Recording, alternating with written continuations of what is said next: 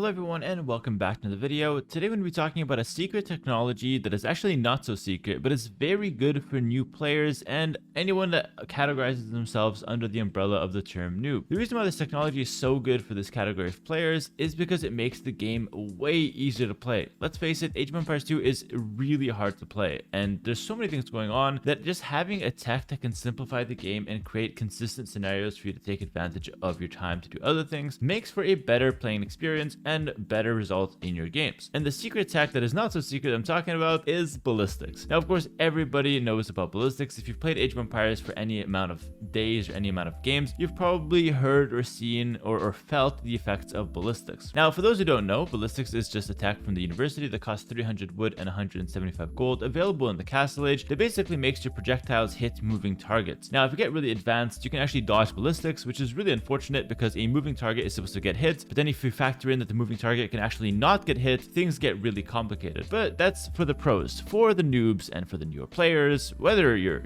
a 1000 elo player that's just starting out, or a 400 elo player that just trying to rank up or just trying to enjoy the game better, or whether you're a doubt, ballistics is a very good technology to simplify the game and make it super easy to land efficient fights and efficient trades, and it also helps on both offense and defense. Let me go ahead and explain why you should be picking up ballistics every single game and as soon as possible. Now, the first major point is, as I mentioned, it helps on both offense and defense. Ballistics makes it so your archer units will always perform to a good degree. If you don't have ballistics and you're playing archers versus knights or versus cav archers and they're raiding your base, you will literally not be able to land shots on them if your opponent is microing or even just running away from you, which could create very frustrating scenarios where you have a lot of army but it's just not getting a lot done. These scenarios are extremely difficult for newer players to maneuver because they're constantly getting raided, constantly getting distracted, and the army they've invested into is just not doing the job. It's not defending them like the army is supposed to defend them. Obviously, if you get better at the game, you can micro back your army and you can time it well so your shots will land as the cav archers or the knights are standing still and within range, but it's just a lot easier to be able to hit them as they're moving and as they're running away from you, which is where the tech ballistics comes into play. Having ballistics makes it so your army will always be able to find value on enemy army as they're entering your base, and it also helps you when you're the guy attacking and you're the guy chasing down enemy army. As they're running away, you will get free value and you will be able to kill off their units and pick them off as they run away from you and as they look to retreat and defend another position. Another important note to consider is that with ballistics, you have very consistent fights that will be taking place. Without ballistics, you can land a really good fight and hit your shots and dodge your opponent's shots and whatnot. This is what we call micro, basically, and you could get really nice micro trades, but you could also mess up. It's completely normal. Even the best players sometimes do really well and sometimes mess up. But if you have ballistics, you have a very consistent scenario where you're able to always land your shots on your opponent's target, even if he's microing. And we're assuming in this situation that players are not microing against ballistics, which is a much harder thing to do, and it's a very safe assumption to make that anti-ballistic micro will not be taking place. And so when you pick up ballistics, you don't really have to focus anymore on micro. You don't have to really control your archer units. You don't really have to control exactly who they're firing against. You can literally just start patrolling your archer army and then looking elsewhere, or even just watching the fight and sitting back and enjoying. Just relax and enjoy a nice archer versus whatever fight, which is something I highly recommend you don't do, by the way. You need to take that time and do other things. But let's be honest, sometimes we just want to look at the carnage, look at the big battles, and just enjoy, which is what ballistics enables us to do. Without ballistics, you always have to be stressed about, who's hitting what, are your shots landing, is he just out microing us? But when you get ballistics, your shots will be landing and the fights are consistent, making it easier for you to focus on the other things that you need to do. It's also worth noting that ballistics is one of the best scaling techs in the entire game. In fact, something I've learned myself as a player, and this is from a very specific tournament that I lost, the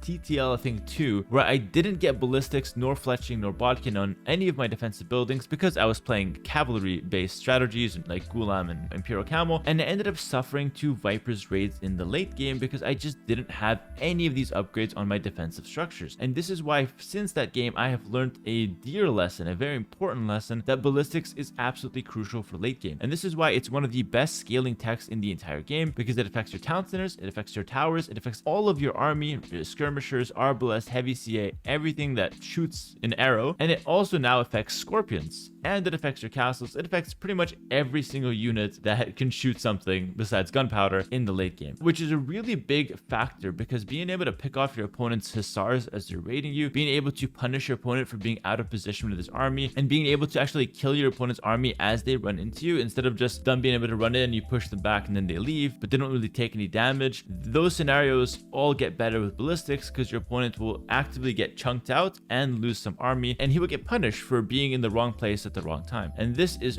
really crucial when there's 200 pop on the field and there's a lot of units running around. And the fact that ballistics now affect scorpions makes this video even better because now you're getting value on an additional unit in Castle Age, and scorpions in lower level games, guys, are absolutely ridiculous. It is by far the highest performing unit because a mangonel is very easy to understand, you want to avoid, but for some reason scorpions constantly get disrespected and people just don't know when to avoid them, and so oftentimes they'll take fights into scorpions and be surprised by the sheer power of 3 and 4 scorpions. In fact, scorpion enjoyers all around the world are rejoicing at the fact that ballistics can now help out their favorite units because the scorpion has always been a solid defensive option that was somewhat underrated. Now that they've gotten ballistics, they are just all the better at clearing out enemy units and pushing back range units that are otherwise annoying and obnoxious to deal with. The reason why I like the ballistic scorpions as well is that it also performs quite well against infantry and cavalry. So a tech like ballistics can make your scorpions really good at sniping light cav or knights as they run away from your main army. Now keep in mind, scorpions will automatically and just suddenly become anti-cav units, but you'll get a little bit of extra value if your opponent is running around with cav and your scorpions are able to get some nice ballistic shots on them. Keep in mind, before this change, even if you had ballistics, your scorpions would not be able to hit any cavalry units as they're running away unless they're running in a straight line directly in front of the scorpion. But listen, nobody, no matter how new they are, is going to do that. And so overall, I really just think that ballistics is one of the best scaling technologies and it makes the game just so much easier to play. And the only reason that pros will delay it is because it's expensive and it comes at the cost of maybe a town center or maybe an economy upgrade or just some other units that you might need at that specific moment. And because pros play with a very sharp kind of mindset that one mistake and you're going to fall behind, so you really can't afford to be inaccurate, delaying ballistics makes a lot of sense in those situations. Also, pro players and higher level players in general know how to dodge ballistics in a lot of scenarios, so ballistics in general gets less value. All of those factors are not valid at lower level or noob level gameplay. Again, noob is a very loose term. You can use it to describe a bunch of people. If you feel like you're in that category, you can't micro or whatnot, you're just not there yet, or you're just learning the game, this will apply to you and this will help you in a ton of your games because all you got to do is just realize, listen, you're not floating resources. I know all you guys got 10,000 resources in the bank in Castle Age, and all of your resources, unless you watch my coaching videos, then you know to spend your resources. If you got a lot of res, usually it's not the problem. You're not floating resources in all seriousness. And let's be honest, there's not going to be no anti-ballistic micro, which we've already established. So those scenarios, like being able to choose between ballistics or TC, you don't really have to think about that. You usually have the resources to do multiple things at once. The bottleneck for lower level players in general, those who are trying to get better, is usually getting things done, like the multitasking and getting things done at the right time. It's not really like choosing from one or the other. It's really just about getting things done in general, doing things with the resources, spending the resources. And so this is why keeping the game simple and picking up ballistics as soon as possible will help you out so much, and it's probably the best piece of practical advice you can have if you're an archer player or if you want to deal with archers from your opponent. Now in conclusion, you really just can't go wrong with picking up ballistics. Don't think too much about whether it's gonna,